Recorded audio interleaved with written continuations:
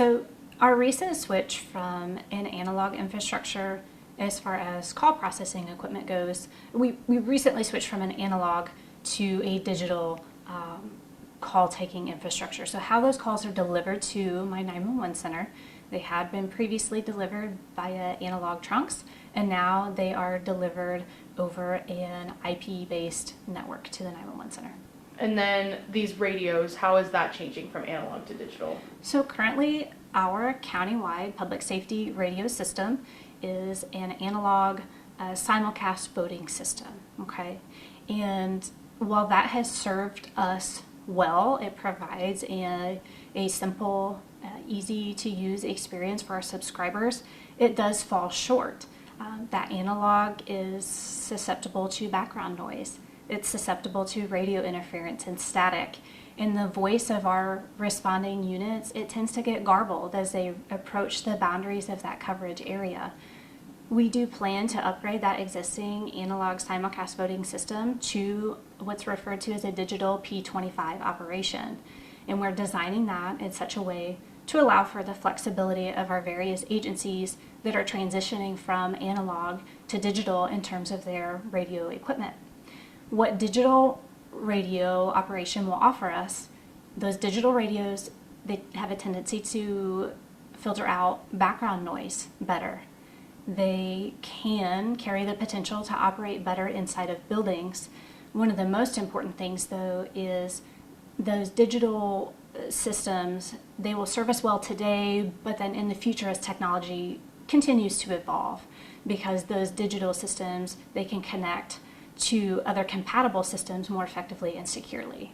Okay, so is it fair to say, well, first of all, when did you guys make the switch with the telephone side of this and with calls? We just recently, May 11th is when we transitioned from the legacy infrastructure to the new Illinois statewide next generation 911 network. And for radios, has that change happened yet, or is that to come? That change is currently being discussed. This is a system that the change will not happen for us overnight. It involves planning. It involves lots of discussions with the agencies that we serve.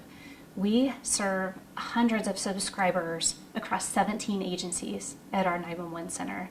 And upgrading our equipment and adding those sites is really making those upgrades, upgrading that equipment and adding those sites to improve the coverage for our first responders is really that equivalent of changing a flat tire on a moving vehicle. I mean, it's very critical to them.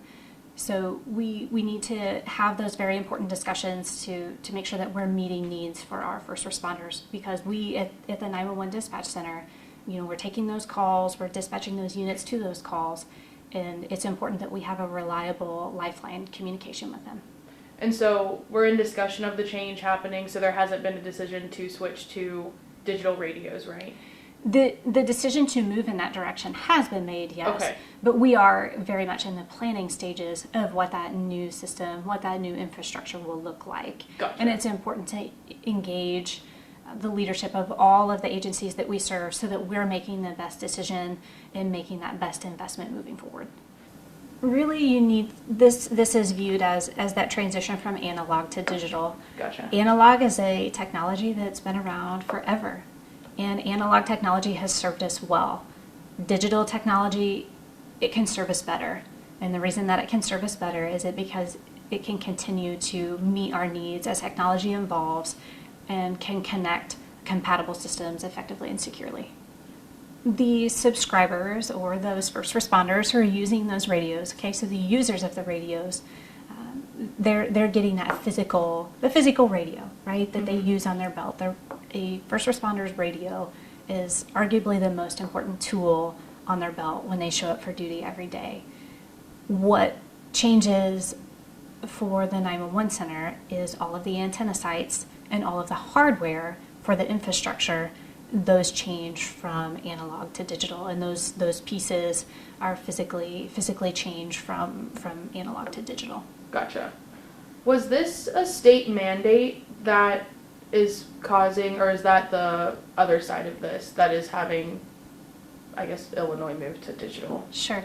So the Emergency Telephone System Act required that the state of Illinois design and execute a statewide next generation 911 telephone network to allow 911 to better serve the citizens of Illinois and those traveling throughout the state. The shift from analog to digital in terms of radio communications is not a mandate, but it is an important shift because we want to make sure that we're staying in the 21st century with all of our technology, and we don't want to get caught behind the 8 ball. 911 is upgrading those antenna sites. We're updating our hardware that's relative to the radio infrastructure, and our responding agencies are all in various stages of acquiring the physical radios and equipment necessary to make that transition from analog to digital as well. I am hopeful that we are able to make the appropriate upgrades to our infrastructure and have that new system implemented over the course of the next year.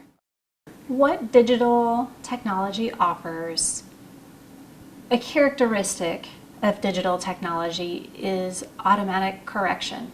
Okay, so voice correction, automatic error correction. It tends to eliminate unnecessary background noise. It tends to eliminate Gotcha. static. It makes those transmissions much more clear. The audio quality is improved so that when the dispatchers at those consoles hear that message, they can hear it with a much better quality than sometimes they hear those analog transmissions. The Emergency Telephone System Board, who is my oversight, the City of Quincy and Adams County Emergency Telephone System Board, has approved expenditures up to $750,000 out of the Emergency Telephone System Fund for these upgrades. Okay. Is there To the infrastructure. So that's relative to the infrastructure. Now, each of the responding agencies, Oh, gotcha. they go through the process to approve funding for the actual radios. But as far as the infrastructure piece goes, the Emergency Telephone System Board has approved a price tag of $750,000. I think really the most critical thing is just that we quite literally have hundreds of area public safety first responders that rely on our infrastructure, and it's absolutely critical for us to make sure that we are in the 21st century with that technology, so it doesn't just serve us well today, but so that it also continues to serve us well in the future. Especially